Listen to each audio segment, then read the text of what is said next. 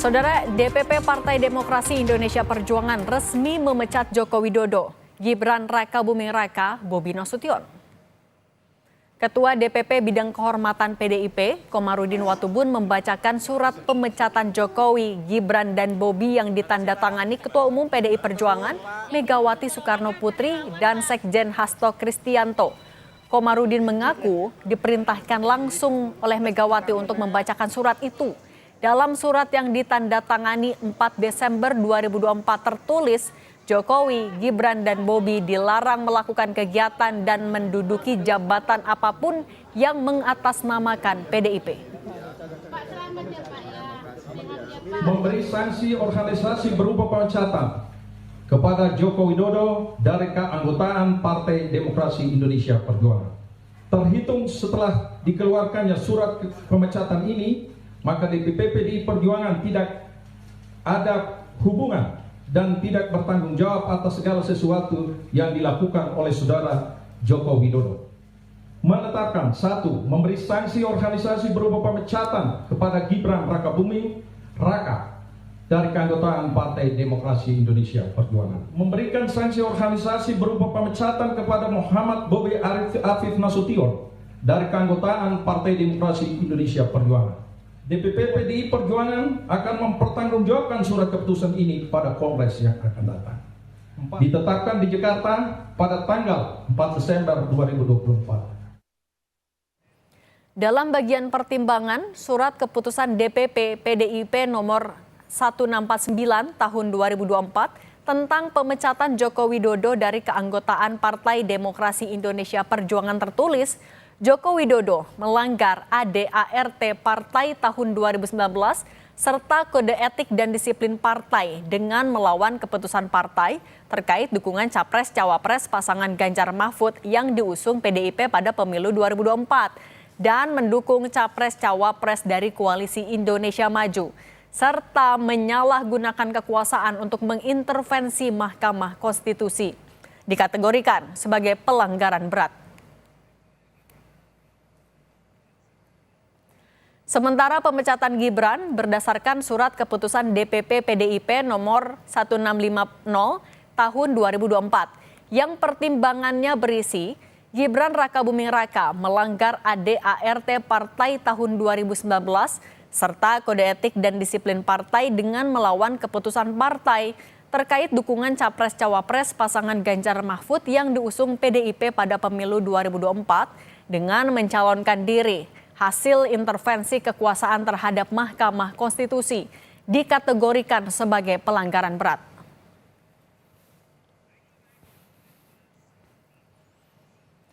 Sebelumnya saat ditemui wartawan di Solo, Jawa Tengah 3 Desember lalu, Presiden ke-7 Joko Widodo memilih diam dan tak menjawab ketika ditanya apakah masih menjadi kader PDI Perjuangan atau tidak. Namun Jokowi bilang masih memegang KTA atau kartu tanda anggota PDIP. Kalau statusnya Pak Jokowi masih kader partai atau enggak, Pak? Di PDIP, Bapak. KTA-nya masih disimpan, Pak? KTA partai masih disimpan? Ya, Mas. Bagaimana membaca pengumuman pemecatan Joko Widodo, Gibran Rakabuming Raka, dan Bobi Nasution dari status kader PDIP? Bagaimana pula arah politik Jokowi ke depan? Kita bahas bersama Seno Bagaskoro, politisi PDI Perjuangan, dan Burhanuddin Muhtadi, Direktur Eksekutif Indikator Politik Indonesia. Selamat petang semuanya. Selamat petang, Mas Seno, Cindy. Selamat sore, Prof. Burhan. Oke, saya mau ke Mas Seno dulu. Mas Seno, kalau alasannya adalah terkait dengan pencalonan di Pilpres, kalau Pak Jokowi ada tambahan soal menyalahgunakan kekuasaan. Ini kan sebenarnya sudah cukup lama, kok baru sekarang kalau gitu pemecatannya? Ya, untuk bicara tentang case pecat memecat ini kan sebenarnya bukan berita baru, Mbak Cindy. Tetapi sudah sangat lama didiskusikan dan sudah cukup lama kami memberikan keterangan demi keterangan yang menyatakan bahwa Pak Jokowi dan keluarga bukan lagi merupakan bagian dari keluarga besar PDI Perjuangan. Saya rasa bisa dilihat itu rekam jejak pernyataan kami, mulai dari pasca Pilpres, sebelum Pilkada itu sudah kami sampaikan berulang kali. Kenapa? Karena memang kalau mengukur kader keanggotaan seseorang memang susah kalau hanya bicara hitam di atas putih soal KTA. Tetapi soal prinsip-prinsip yang diperjuangkan, praktek politik yang dilakukan, langkah-langkah politiknya melawan rekomendasi partai atau tidak, itu sudah bisa menggambarkan cerminan seseorang adalah kader partai atau bukan. Nah, Pak Jokowi dan keluarga di dalam hemat kami itu sudah lama bukan lagi mencerminkan bagian dari keluarga besar PDI Perjuangan. Nah, banyak pihak yang kemudian menanyakan, lalu Mas Gibran dan Mas Bobi bagaimana kalau beliau berdua pasca pendaftaran beliau sebagai calon wakil presiden dan calon gubernur di Sumatera Utara, maka otomatis pada saat itu juga keanggotaannya otomatis dibatalkan. Nah, Mas Nah, Eno, tapi kan juga ya. setiap ditanya selama masa Pilpres itu selalu abu-abu. Sampai sekarang akhirnya surat pemecatannya baru ditandatangani 4 Desember. Kenapa tapi baru bulan ini? Apa momentumnya?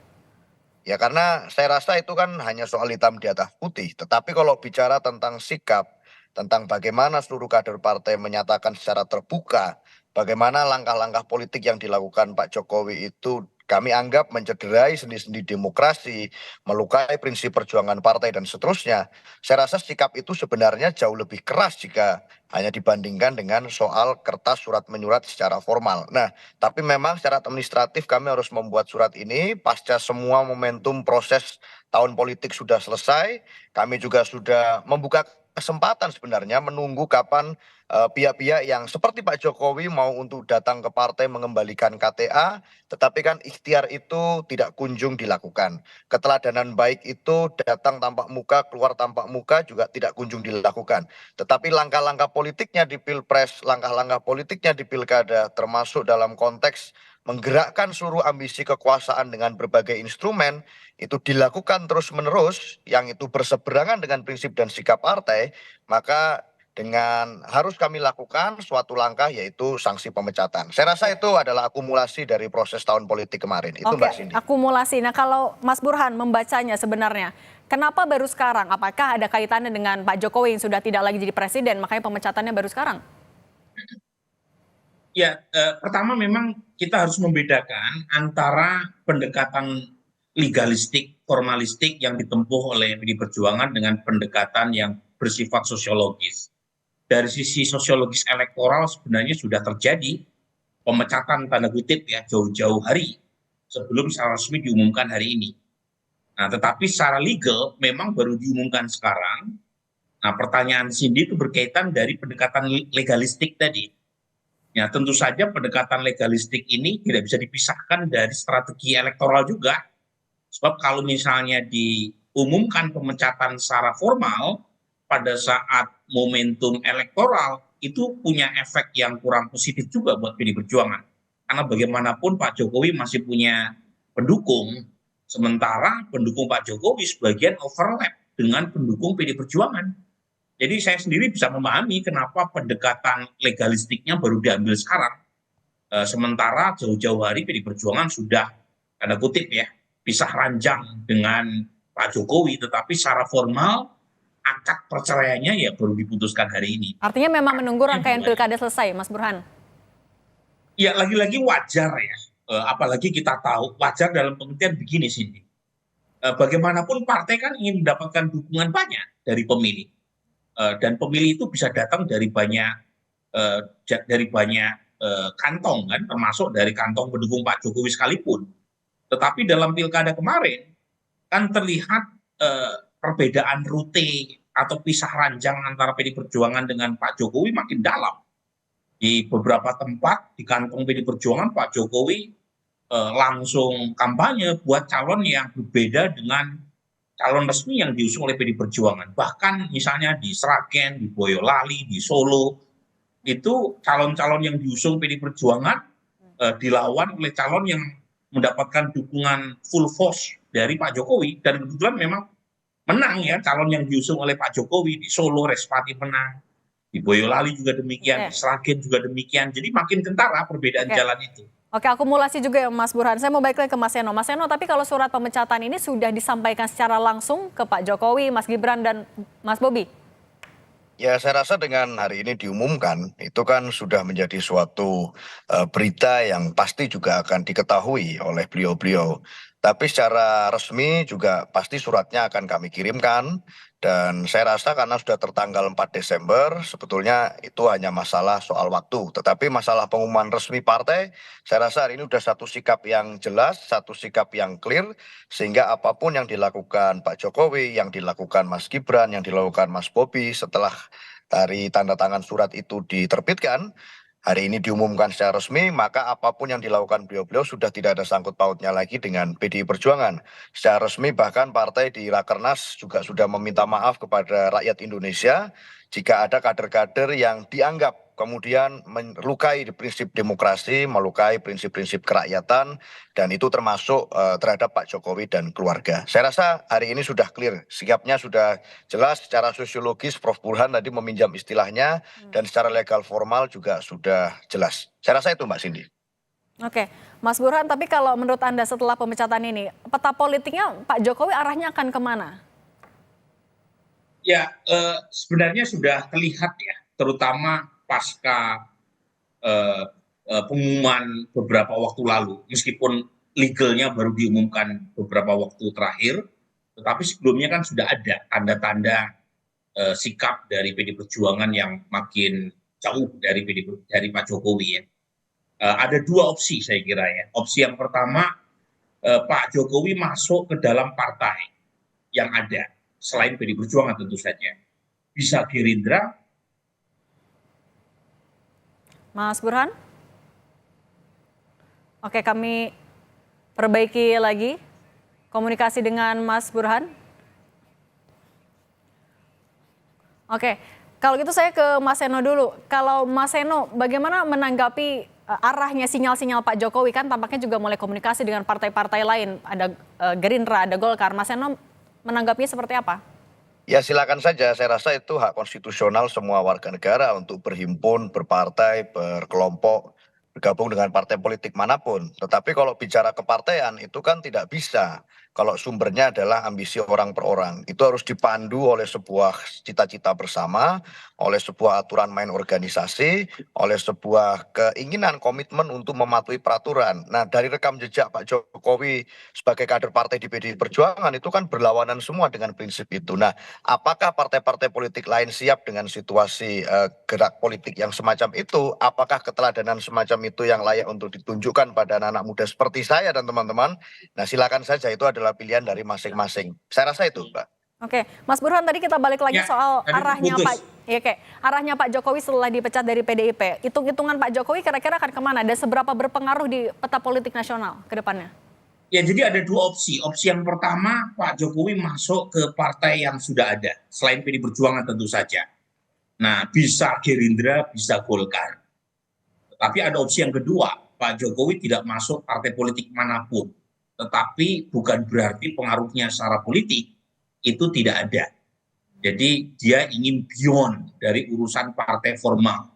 Dan statement Pak Jokowi partai perorangan itu sebenarnya tidak menyindir PD Perjuangan. Dia sedang menggambarkan dirinya sendiri. Kan jangan lupa Cindy, ketika ditanya mengenai sikap PD Perjuangan terhadap Pak Jokowi kan berkali-kali mengatakan partai perorangan. Dan itu ketemu dengan sikap Pak Jokowi selama ini yang cenderung beyond dari urusan partai politik formal. Kan wawancara Markus Missner terhadap Pak Jokowi kan berkali-kali mengatakan trust terhadap partai rendah.